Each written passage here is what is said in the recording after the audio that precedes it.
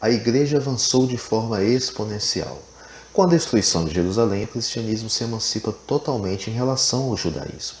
Antes disso, quando se pensava em cristianismo, nas primeiras décadas, imaginava-se um grupo dentro do judaísmo ou uma seita oriunda do mesmo. Após os conflitos entre judeus e romanos, fica clara a distinção dos dois. A igreja cristã segue experimentando mudanças de grande impacto, mudanças essas que estavam definindo o fim da chamada Era Apostólica. Porém, havia uma crescente onda de problemas externos e também problemas internos. Os problemas externos são as perseguições que o cristianismo sofre tanto do lado do judaísmo como depois disso pelos romanos, e internos relacionados às heresias, às ameaças contra a ortodoxia, contra a doutrina correta da Escritura. Conforme já tratamos em detalhe nas aulas anteriores, essas foram as duas ameaças que afligiram a vida da igreja nesses primeiros séculos desde já. Isso fará então com que a igreja pense melhor a sua base, os seus fundamentos, as suas doutrinas. E estava sendo cada dia mais necessária a formulação de uma estrutura, de uma unidade estrutural, de uma uniformidade doutrinária que pudesse definir um caráter, uma identidade maior em relação a essa igreja, o que podemos chamar de uma catolicidade, uma centralidade de governo e teologia.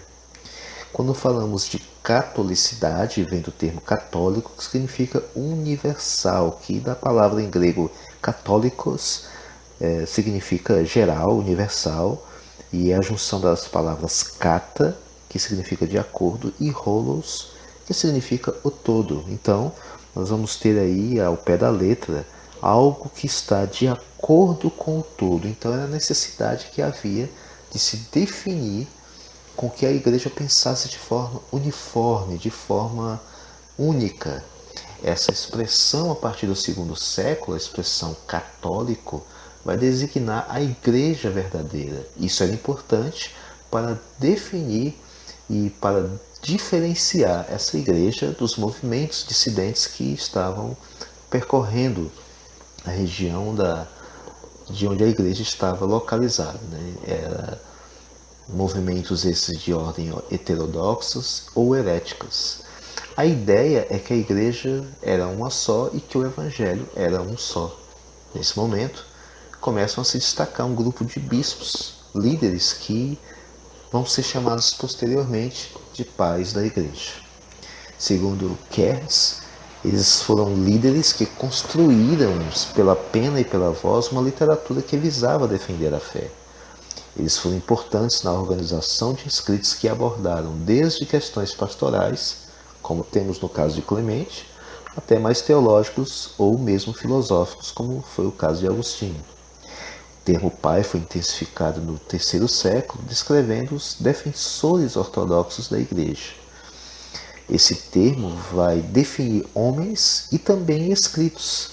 Sendo assim, não temos só personagens, homens conhecidos como pais da igreja, mas temos os seus escritos, que foram muitas vezes feitos por anônimos, mas que são considerados pais da igreja por defenderem desde muito cedo, desde a antiguidade, a integridade da fé. O primeiro grupo de pais é chamado de pais apostólicos.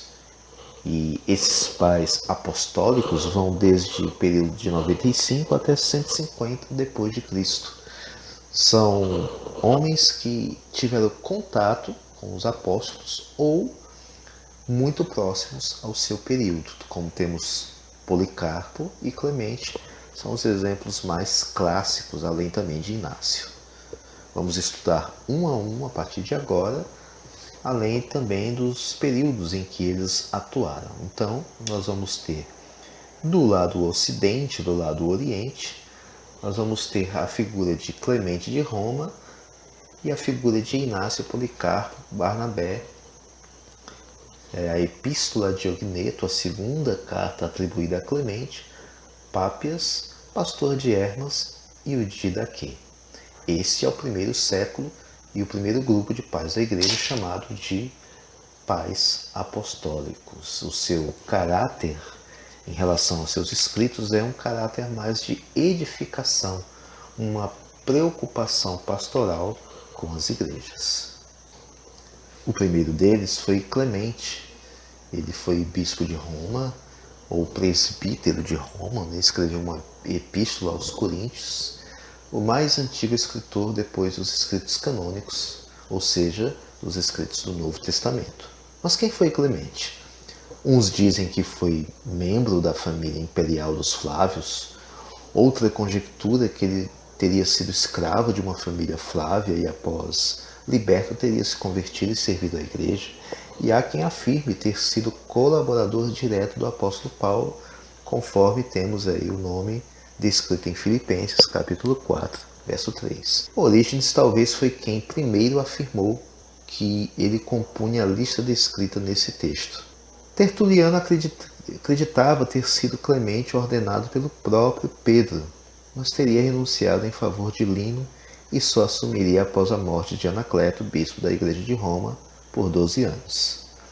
O que podemos com certeza afirmar é que ele foi bispo de Roma, já no final do primeiro século, tempo em que teria escrito aos Coríntios uma carta genuinamente sua, pelo menos a primeira carta. A segunda, atribuída a ele, pertence a um anônimo, não existe indício de que tenha sido ele, mas usa o seu nome. Ele inicia a sua carta exortando sobre o amor, o arrependimento e a humildade. 40 anos após o apóstolo Paulo ter escrito aos Coríntios, Clemente escreve sobre a seguinte estrutura: exortação acerca do amor, conforme já falamos, exortações citando exemplos do Antigo Testamento. Temos também no capítulo 25, ele usando a lenda da Fênix para ilustrar a ressurreição. Nos capítulos 42 a 44, a ideia de uma sucessão apostólica, algo que merece um destaque aqui.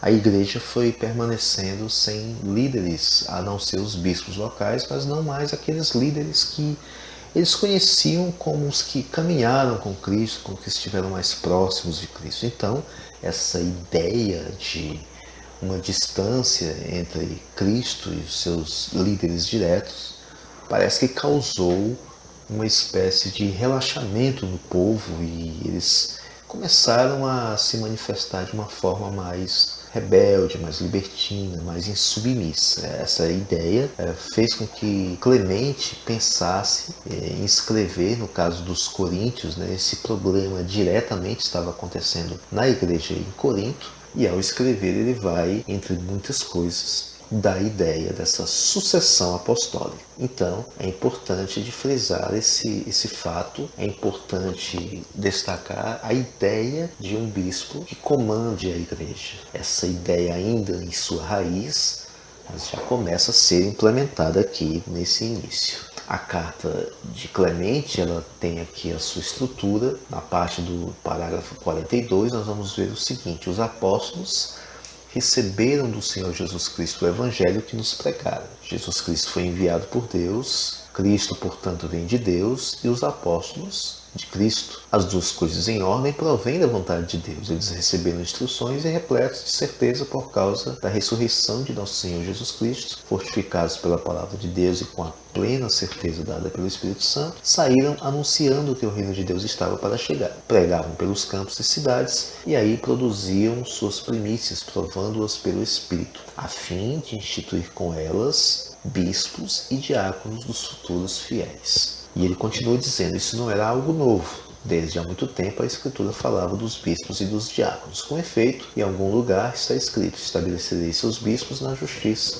e seus diáconos na fé. Esses eram os temas um pouco parecidos com o que Paulo também abordou. A questão do amor, da fraternidade entre os irmãos e, entre muitas coisas, a submissão à liderança. O que nós precisamos destacar aqui é a intenção de defender a ideia da submissão a um líder. Esse princípio começa aqui com Clemente pela necessidade de começar a preencher esse distanciamento que estava se criando entre a igreja que ficou, a igreja que permanece crescendo, com os apóstolos que haviam falecido. Nós vamos ficando por aqui. Na próxima aula trataremos sobre Inácio de Antioquia, que também vai fazer um destaque em relação a essa questão da liderança. Vamos analisar de uma maneira mais precisa, mais profunda, a vida e a obra de Inácio.